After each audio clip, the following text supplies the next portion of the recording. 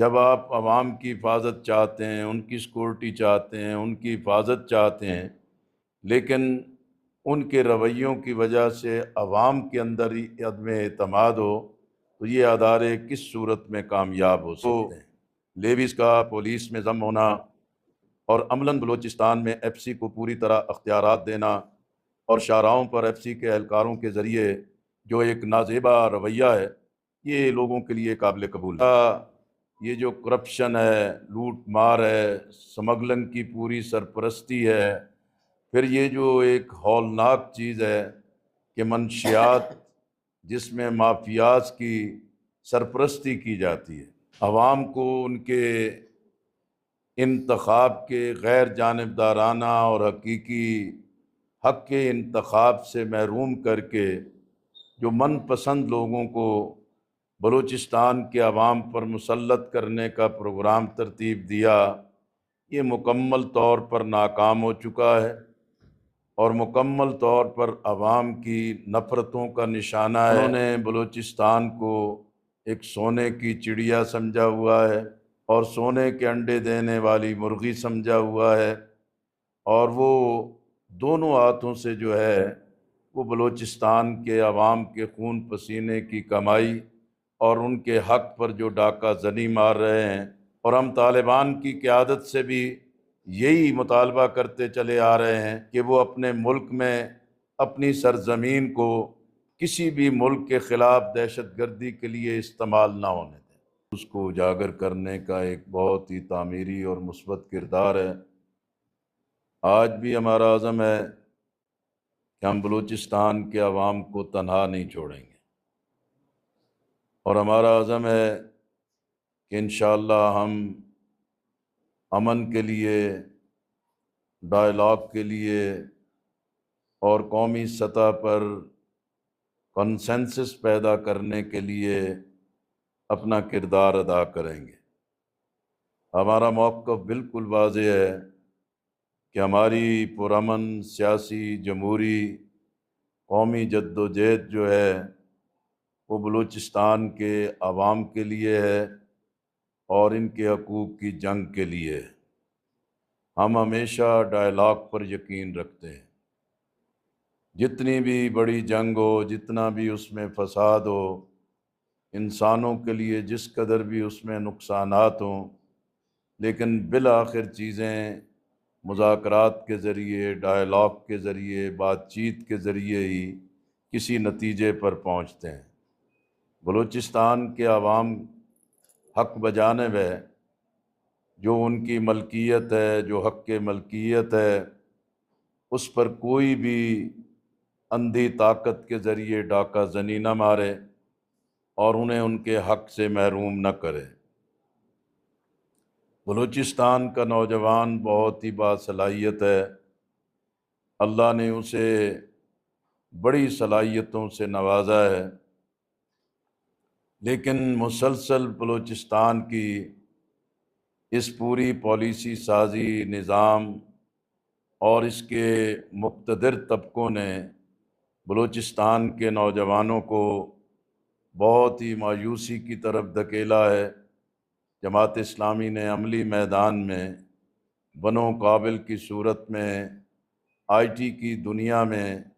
نوجوانوں کو ہنرمند بنانے کے لیے ایک بہت ہی شاندار پروگرام بنو قابل کا آغاز کیا ہوا ہے۔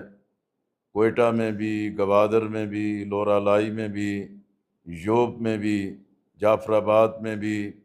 یہ بڑے پروگرامات ہو چکے ہیں، اور بلوچستان کے ہزاروں نوجوان بچے اور بچیوں نے اپنے آپ کو رجسٹرڈ بھی کروایا ہے اور مختلف مراحل سے آئی ٹی کے اس ہنر سے وہ آراستہ ہو رہے ہیں۔ انشاءاللہ ہم اپنی پوری جد و جہد کے ساتھ پوری قوم کو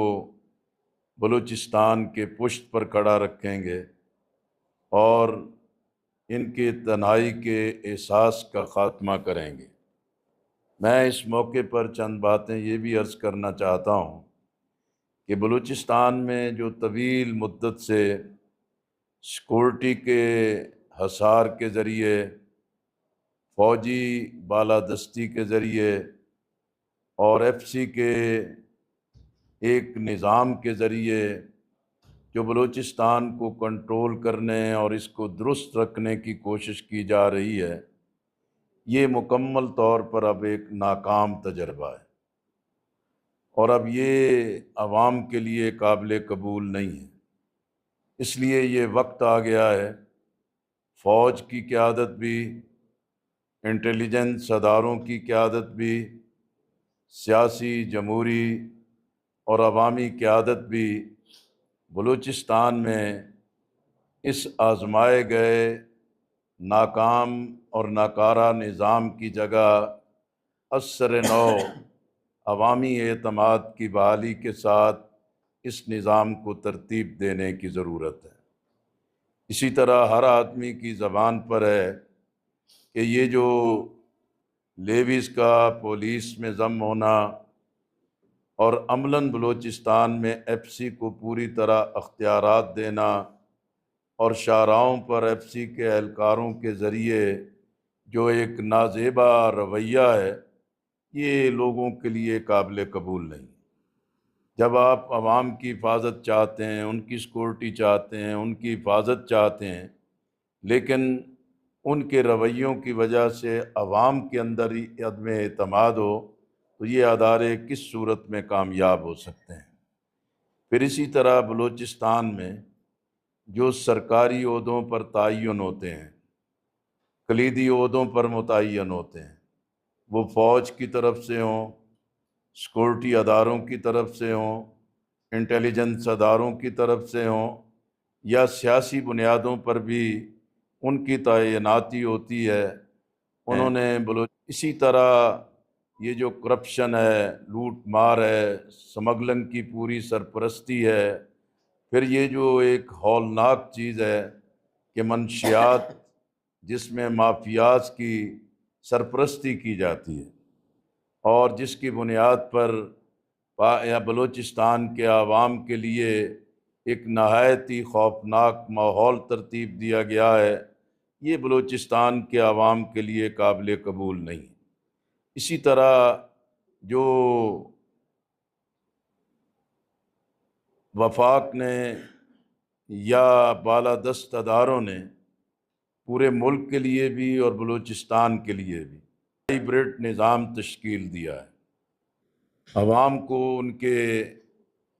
انتخاب کے غیر جانبدارانہ اور حقیقی حق کے انتخاب سے محروم کر کے جو من پسند لوگوں کو بلوچستان کے عوام پر مسلط کرنے کا پروگرام ترتیب دیا، یہ مکمل طور پر ناکام ہو چکا ہے اور مکمل طور پر عوام کی نفرتوں کا نشانہ ہے، اور اس لیے اس ہائیبرڈ نظام کی جگہ عملاً بلوچستان کے عوام کے جو جمہوری حقوق ہیں انہیں بحال کرنے کے لیے ایک وقت کا اہم ترین تقاضا ہے۔ اسی طرح پاکستان بلا شبہ ہم عالمی استعماری ایجنڈے کی زد میں ہیں، اور عالمی استعماری قوتیں پاکستان کے حوالے سے اپنے نہایت ہی منفی عزائم رکھتی ہیں۔ ہم نے یو ایس ایس آر کے مقابلے میں 9/11 کے بعد امریکہ اور نیٹو فورسز کے مقابلے میں، اور ابھی حال ہی میں ایران پر امریکہ اور اسرائیل کی جو مسلط کردہ جنگ تھی، اس میں ایران کے عوام کے پشتبان بن کے حقیقت میں ہم نے انٹرنیشنل استعماری قوتوں کو چیلنج کیا ہوا ہے۔ لیکن اس کی موجودگی میں یہ واضح ہے کہ ان قوتوں کی طرف سے ایک پراکسی جنگ ہے، پاکستان کو غیر مستحکم کرنے کے لیے ہر حربہ استعمال کیا جا رہا ہے، اور اسی طرح جو فوج اور عوام کے درمیان فاصلہ بڑھتا چلا جا رہا ہے، یہ عالمی استعماری ایجنڈے کے مسلط کردہ ایک پراکسی جنگ کے مقابلے میں ایک نہایت ہی خطرناک شکل اختیار کیے ہوئے ہیں۔ اسی لیے وجہ یہی ہے کہ اندرونی طور پر ہمارا سیاسی بحران بڑھ رہا ہے، سیاست جو ہے کہ بند گلی میں ہے، قومی ڈائلاگ کا دروازہ بند ہے، اور قومی سیاسی جمہوری قیادت اس چیز کی طرف اپنا قدم آگے نہیں بڑھا رہی۔ عوام کے لیے مہنگائی ہے، غربت ہے، اور جو پیداواری لاگت کا مسلسل بڑھنا ہے، تیل کی قیمتوں میں جس طرح